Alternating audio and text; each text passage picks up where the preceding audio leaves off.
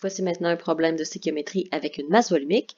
Quelle masse d'eau est produite lors de la combustion de 12 ml de CH3OH dont la masse volumique est de 0,7909 g par millilitre? Puis l'équation de la réaction nous est donnée encore une fois. Alors, là, on ne nous parle même pas du réactif O2, donc on suppose qu'il est réactif en excès. Et là, toute l'information qui nous est donnée à propos du CH3OH, c'est son nombre de millilitres et sa masse volumique. Donc, c'est bien de ce côté-là qu'il va falloir commencer. Donc, 12 ml de CH3OH.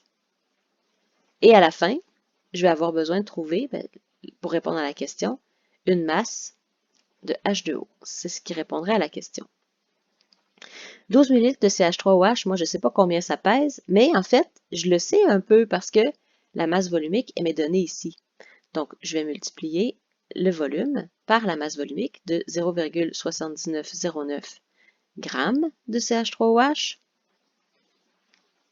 Parce que pour chaque millilitre, chaque 1 millilitre de CH3OH a une masse de 0,7909. Donc là, je peux, en regardant mes unités, là, je peux annuler les millilitres de CH3OH avec les millilitres de CH3OH et je me rends compte qu'après ce premier calcul-là, je vais avoir la masse, donc les grammes de CH3OH. Pour faire ce premier calcul-là, bien sûr, ce que j'ai utilisé, c'est la masse volumique. Très bien.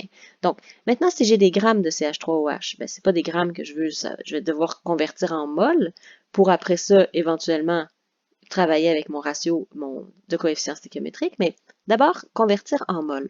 Alors, des grammes de CH3OH, et là, je vais avoir besoin des mols de CH3OH parce que ce que j'utilise ici, c'est bien sûr la masse molaire. Alors, la masse molaire de CH3OH, je l'ai calculé. La masse molaire de CH3OH, c'est 32,042 grammes de CH3OH pour chaque mol. Donc, j'utilise sa masse molaire. On arrive au calcul stéchiométrique parce que, ben oui, effectivement, on annule les grammes avec les grammes. On a des mols de CH3OH.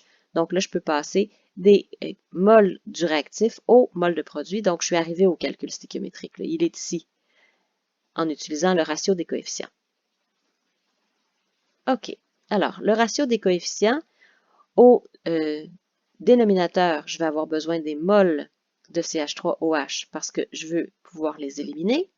Et au numérateur, je vais prendre les mols de ce que je cherche à la fin, là, les mols de H2O, pour avoir des mols de H2O au numérateur après cette étape-là.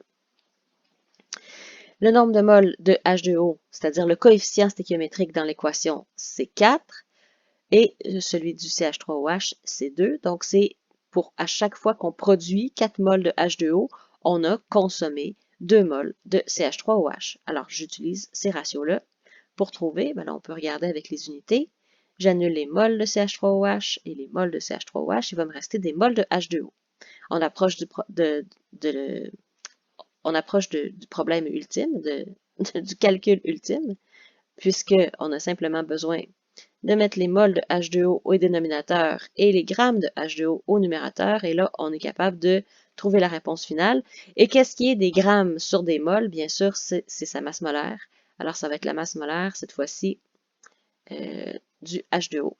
Ouais, tantôt, j'avais écrit juste masse molaire, là, mais c'est la masse molaire du CH3OH qui était utilisée ici. La masse molaire du H2O, c'est 18,015 grammes de H2O sur chaque mol de H2O. Et ce calcul-là, je vais regarder mes unités. Donc, les mols de H2O sont annulés. Il va me rester effectivement seulement des grammes de H2O. Le calcul, ça donne 10,67204. Voilà là. Mais là, j'exprime ma réponse avec le bon nombre de chiffres significatifs. Là, je cherche dans mon problème. Qu'est-ce qu'il y avait le moins de chiffres significatifs? Ah, c'était le volume. Alors, je vais exprimer ma réponse à 3 chiffres significatifs. 10,7 grammes d'H2O.